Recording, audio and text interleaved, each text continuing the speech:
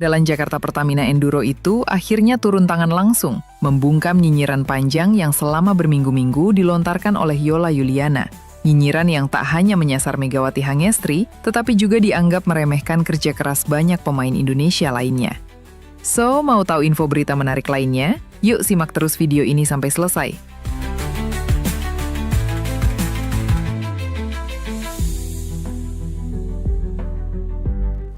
Tisha Amalia dikenal sebagai otak permainan Pertamina Enduro.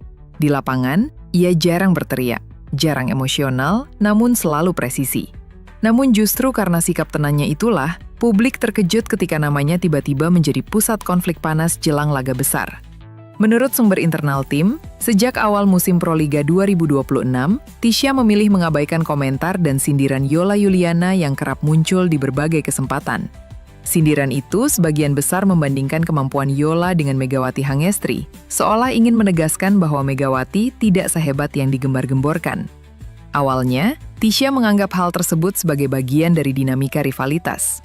Namun, situasi berubah ketika sindiran Yola mulai menyentuh ranah personal dan dianggap mencederai rasa saling menghormati antar pemain nasional. Bagi Tisha, persoalan ini bukan sekedar membela Megawati Hangestri. Lebih dari itu, ia merasa perlu menjaga marwah tim dan citra atlet voli Indonesia. Megawati bukan hanya rekan setim, tetapi simbol kerja keras dan prestasi yang diakui internasional. Megawati Hangestri adalah pemain yang telah mencicipi kerasnya Liga Korea, membawa Red Sparks ke level yang disegani, lalu kembali ke tanah air dengan mental juara.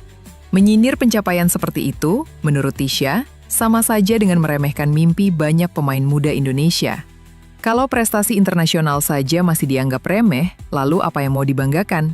Ujar Tisha dalam pernyataan lanjutan yang kembali membuat suasana hening. Di sisi lain, media Korea Selatan secara khusus menyoroti debut Megawati Hangestri bersama timnya Jakarta Pertamina Enduro di Proliga 2026. Dalam artikelnya, media Korea tersebut mengharapkan jika Megawati Hangestri akan kembali ke V-League setelah gelaran Proliga 2026 berakhir. Setelah merantau ke Red Sparks Korea dan Manisa BBSK Turki, Megawati Hangestri memilih Jakarta Pertamina Enduro sebagai karir voli berikutnya. Ini menjadi periode keempat Megawati Hangestri berseragam Jakarta Pertamina Enduro.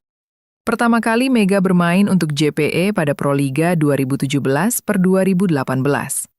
Kendati demikian, Megawati Hangestri belum pernah juara Proliga bersama JPE.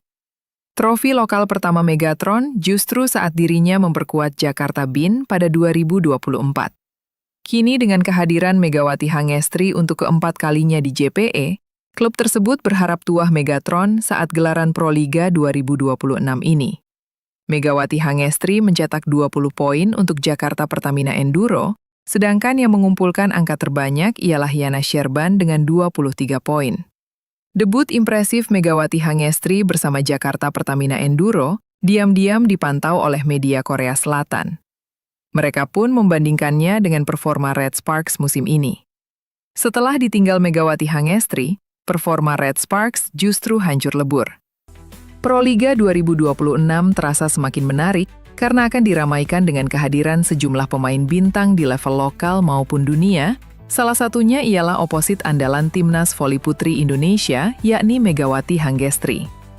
Pada edisi kali ini, Megawati Hangestri akan berjuang sejak babak reguler bersama Jakarta Pertamina Enduro, karena sebelumnya ia baru tampil dari babak Final Four saat membela Gresik Petrokimia di Proliga 2025. Mega menjadi salah satu pevoli Indonesia yang langganan bermain abroad. Ia pernah menimba ilmu dengan bergabung di berbagai klub di kawasan Asia, seperti Vietnam, Thailand, Korea Selatan hingga Turki. Atlet berjuluk Megatron itu juga sempat 2 tahun bermain bersama Red Sparks di Liga Voli Korea untuk musim 2023 sampai 2024 dan 2024 sampai 2025. Kehadirannya mampu menjadi pembeda. Salah satunya mengantarkan tim asuhan Ko Hee-jin itu menjadi runner-up V-League pada musim lalu. Megawati Hangestri pun mengungkapkan perbedaan saat bermain di Korea Selatan dan Indonesia. Hal ini ia ungkapkan dalam acara peluncuran skuad Jakarta Pertamina Enduro di Jakarta pada Senin 5 Januari 2026 kemarin. Pevoli asal Jember itu mengatakan bahwa hal yang paling terasa ialah jangka waktu kompetisi. Saat bermain di Korea Selatan, turnamen berjalan sangat panjang, sedangkan di Indonesia tidak. Menurut saya, karena sudah 2 tahun main di Korea, kompetisinya tuh berjalan sangat panjang. Di Korea, ada 44 pertandingan itu sampai final. Kalau di sini mungkin nggak sampai. Itu aja sih, ucap Megawati Hanggestri. Lebih lanjut, Mega juga mengatakan supporter dua negara memiliki 2 kesamaan, yakni memiliki antusiasme yang tinggi di setiap pertandingannya. Kalau supporter sama banyaknya sama Indonesia, di sana antusiasnya juga banyak banget yang datang setiap pertandingan, tambahnya. Meski baru bergabung, namun Megawati Hanggestri bukanlah sosok asing bagi Jakarta Pertamina Enduro, sebab ia sudah beberapa kali bergabung dengan salah satu tim favorit juara ini. Mega sempat membela Pertamina Enduro di Proliga pada edisi 2015, 2016, 2017, 2022, dan 2023. Selain itu, dirinya sempat bergabung dengan Jakarta Bin dan meraih gelar juara pada edisi 2024, kemudian hengkang ke Gresik Petrokimia di Final Four Proliga 2025. Kini Megawati Hanggestri siap kembali berjuang bersama Jakarta Pertamina Enduro yang menargetkan mempertahankan gelar juara di Proliga 2026. Di sisi lain, jadwal Proliga 2026 pekan ini, di mana ada Megawati Hanggestri dan kawan-kawan siap tampil, dan tim baru Medan Falcons siap unjuk gigi di sektor putri dan putra. Setelah lama dinanti, Proliga 2026 selaku turnamen voli paling bergengsi di Indonesia, akhirnya akan bergulir, dengan seri pertama akan berlangsung di Gor Terpadu Ahmad Yani, Pontianak, pada Kamis 8 Januari 2026 hingga Minggu 11 Januari 2026. Turnamen ini akan diramaikan dengan sejumlah pemain ternama, termasuk para pemain timnas voli Indonesia seperti Megawati Hanggestri, Boy Arnes, Alvin Daniel, dan lainnya. Bakal ada 2 laga pembuka, yakni masing-masing satu dari sektor putra dan putri. Menariknya, Medan Falcons yang merupakan 2 tim baru akan langsung unjuk gigi di laga pembuka Proliga 2026. Pada sektor putri sendiri, ada Jakarta Popsivo Polwan versus Medan Falcons. Setelah itu dilanjutkan pada nomor putra, ada pertandingan Jakarta Bayangkara Presisi versus Medan Falcons Tirta Bagasasi.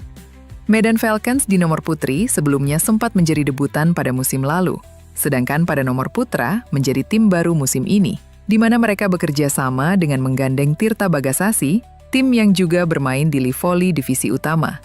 Sehingga pemain Medan Falcons Tirta Bagasasi merupakan nama-nama yang tak asing, di mana kali ini diperkuat salah satunya oleh Fahri Septian Putratama hingga Hayu Muhammad. Sekedar informasi, sebanyak 7 tim putri dan 5 tim putra saat ini tengah bersiap tampil di Proliga 2026, yang digelar di berbagai kota di Indonesia, mulai pada 8 Januari hingga 1 Maret mendatang. Tim-tim peserta dari sektor putri ada Jakarta Pertamina Enduro, Jakarta Popsivo Polwan, Jakarta Elektrik PLN, Gresik Fonska plus Pupuk Indonesia, Bandung BJB Tanda Mata, Jakarta Livin Mandiri, dan Medan Falcons. Sedangkan dari sektor putra ada Jakarta Bayangka Presisi, Jakarta Lavani, Surabaya Samator, Jakarta Garuda Jaya, dan pendatang baru, Medan Falcons Bagasasi.